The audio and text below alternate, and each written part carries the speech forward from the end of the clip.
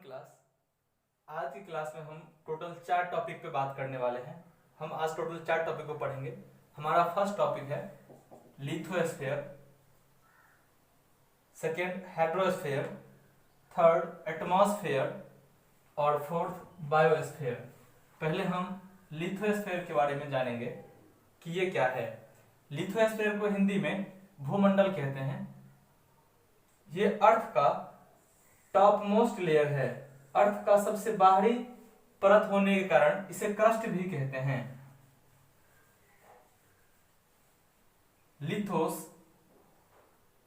Lithosphere एक Greek word लिथोस से आया है। लिथोस जिसका मतलब स्टोन्स होता है। हम लिथोस्फीयर में ही हमें मिनरल्स मिलता है, रॉक्स मिलता है, सॉइल मिलता है।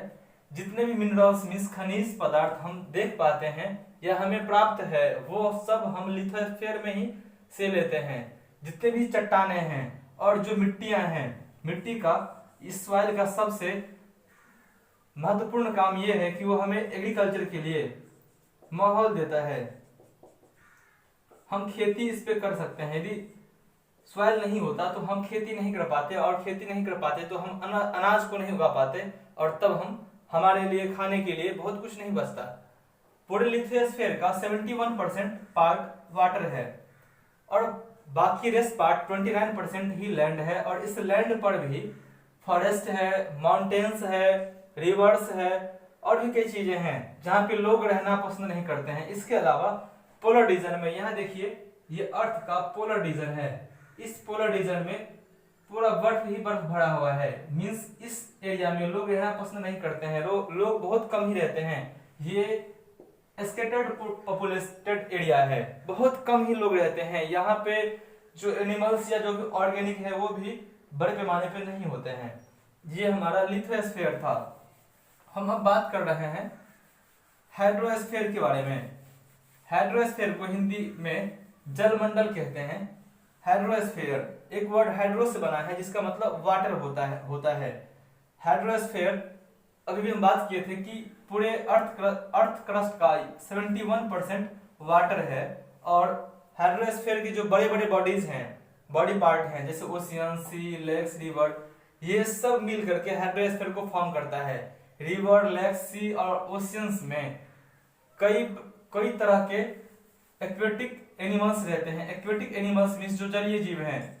एक्वेटिक एनिमल्स मीन्स जो जलीय जीव होते हैं इसमें रहते हैं। जैसे एग्जांपल के लिए blue whale, shark, starfish etcetera and etcetera. अब हम थर्ड टॉपिक एटमॉस्फेयर की बात करेंगे। हमारा थर्ड टॉपिक एटमॉस्फेयर है। इसे हम हिंदी में वायुमंडल भी कहते हैं। वायुमंडल, इस एटमॉस्फेयर को हिंदी में वायुमंडल कहा जाता है। वायुमंडल अर्थ क्रस्ट के ऊपर एक ब्लैंकेट की तरह है। मान लेते हैं कि ये अर्थ है तो इसके कुछ खास दूरी तक, एक खास ऊंचाई तक पृथ्वी को घेरे हुए एक ब्लैंकेट के समान, एक चादर के समान घेरे हुए है। ये एटमॉस्फेयर है। अर्थ के ग्रेविटेशनल फोर्स के कारण ये इस तरह से लटका हुआ होता है, या फिर इसे इस अर्थ को ये घेरे हुए होता है। ये सिर्फ और सिर्फ अर्थ के ग्रेविटेशनल पुल के कारण, खिंचाव के कारण होता है। एटमॉस्फेयर में हमें हमारे जरूरत की जो गैसें होती हैं, जैसे ऑक्सीजन, नाइट्रोजन, कार्बन डाइऑक्साइड, ये सब इसमें उत्सर्जन होता है। यदि एटमॉस्फेयर नहीं होता तो सन से आने वाला जो अल्ट्रावायलेट रे है, सन से निकलने वाला अल्ट्रावायलेट रे जो है वो काफी खतरनाक होता है। वो हमारे लिए काफी हार्मफुल है। ये डायरेक्ट इस अर्थ पे ये एटमॉस्फेयर फॉल नहीं होने देता है। ये एटमॉस्फेयर इस सन से निकलने वाले अल्ट्रावायलेट रे को एब्जॉर्ब कर पाता है और हमें खतरों से बचा लेता है। इसका ये मेन काम है, अल्ट्रावायलेट रे को कम करता है। साथ ही ये हमारे ऊपर मींस जितने भी यहाँ पे पदार्थ हैं, सब्सटेंसेज हैं, वो भले ही एनिमल्स या फिर कोई ऑर्गेनिज्म ही क्यों नहीं हो, उसके ऊपर एटमॉस्फेरिक प्रेशर बनाए रहता है। यदि एटमॉस्फेयर नहीं होता तो हम भी एग्जिस्ट नहीं करते, कोई भी ऑर्गेनिज्म यहाँ पे नहीं हो पाता। अब हमारा अगला टॉपिक है बायोस्फीयर, जिसे हिंदी में जैव मंडल कहते हैं। ऐसा माना जाता है कि अर्थ 3.7 बिलियन ईयर्स एगो, मतलब 3.7 बिलियन साल पहले फॉर्म हुआ था और शुरुआती दौर में कोई ऑर्गेनिज्म नहीं था।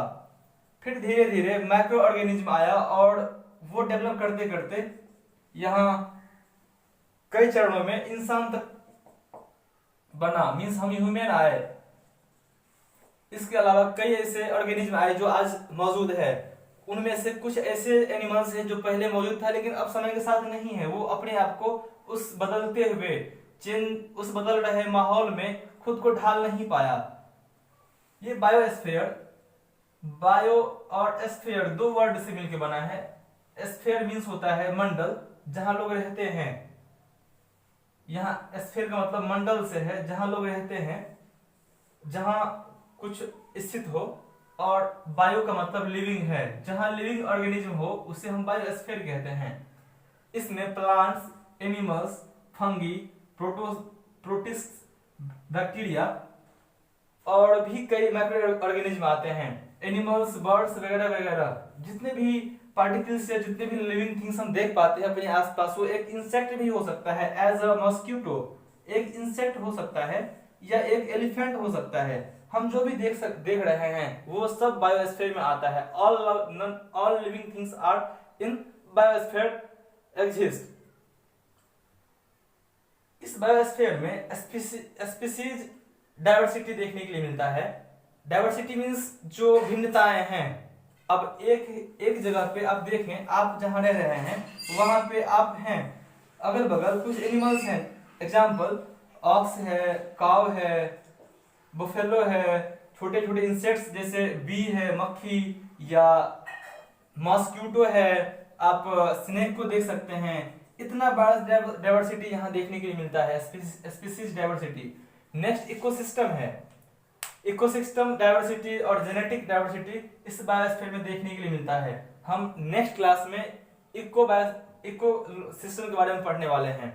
अब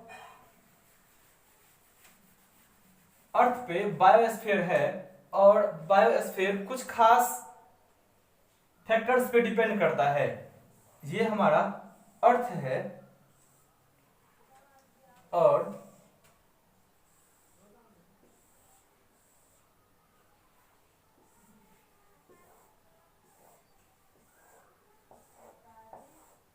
अर्थ का जो इक्वेटोरियल एरिया है, ये अर्थ का इक्वेटर है।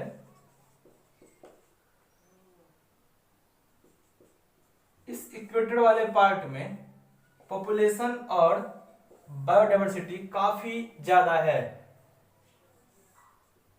यहां पे ठीक बायोडायवर्सिटी है, लेकिन पोलर रीजन में बहुत ही कम डायवर्सिटी देखने के लिए मिलता है। बहुत ही कम ऑर्गेनिज्म और लिविंग थिंग्स यहाँ पे प्रेजेंट हैं, लेकिन जो मैक्सिमम नंबर ऑफ स्पीसीज हैं वो इसी एरिया में रहते हैं। इसका एक कारण ये है कि temperature, biodiversity depends on temperature. यहाँ लिविंग थिंग्स के एग्जिस्ट करने के लिए जितना टेम्परेचर चाहिए वो स्टैंडर्ड टेम्परेचर यहाँ पे मौजूद है। नेक्स्ट है प्रिसिपिटेशन, मींस बरसात की संभावना, जो वर्षण होता है इसे हम वर्षण कहते हैं। जो बरसात होता है वो इस एरिया के तुलना में इस एरिया में, इस पार्ट में काफी अच्छा बारिश होता है। नेक्स्ट है एल्टीट्यूड, मींस ऊंचाई, समुद्र से ऊंचाई, और उसके आगे है सॉइल्स।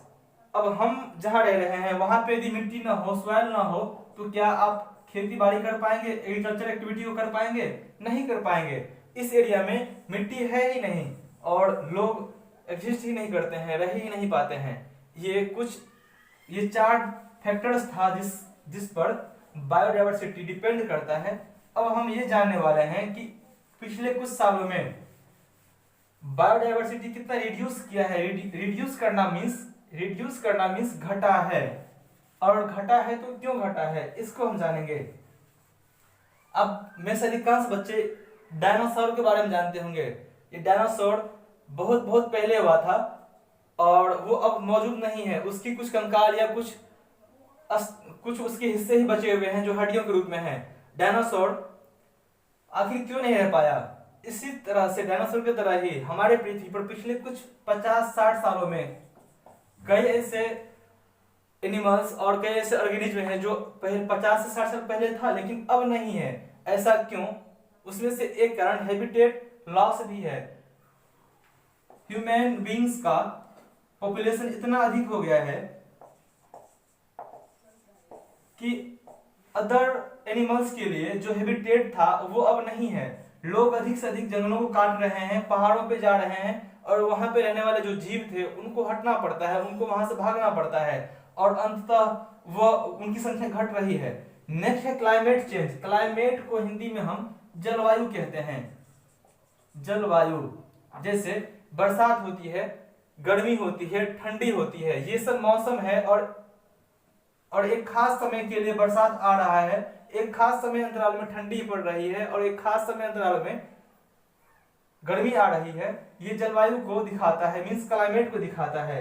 एक खास समय के बाद तकरीबन 30 से 40 वर्षों के बाद कुछ बदलाव आता है और उस क्षेत्र में रहने वाले, जिस क्षेत्र में ये बदलाव आता है, क्लाइमेटिक चेंज आता है, उस क्षेत्र में रहने वाले जीव उस चेंजिंग को झेल पाता है, उस चेंजिंग पोजीशन में भी अपने आप को ढाल पाता है, जीवित रह पाता है, तो जिंदा बच पाता है, अन्यथा नहीं बचता है।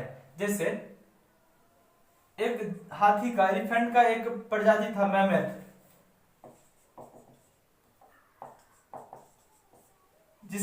जिसका दांत बहुत ही लंबा होता था। कभी आप देखे भी हो सकता है। मैमथ पहले था लेकिन अब नहीं है। इसके नहीं रहने के पीछे यही कारण है कि क्लाइमेटिक चेंज हुआ और फिर उनकी मौत हो गई, वो उनकी पूरी प्रजातियां ही खत्म हो गई। नेक्स्ट है एक्सेसिव पॉपुलेशन। अधिक जनसंख्या के कारण दूसरे जीवों के लिए हैबिटेशन कम होता जा रहा है।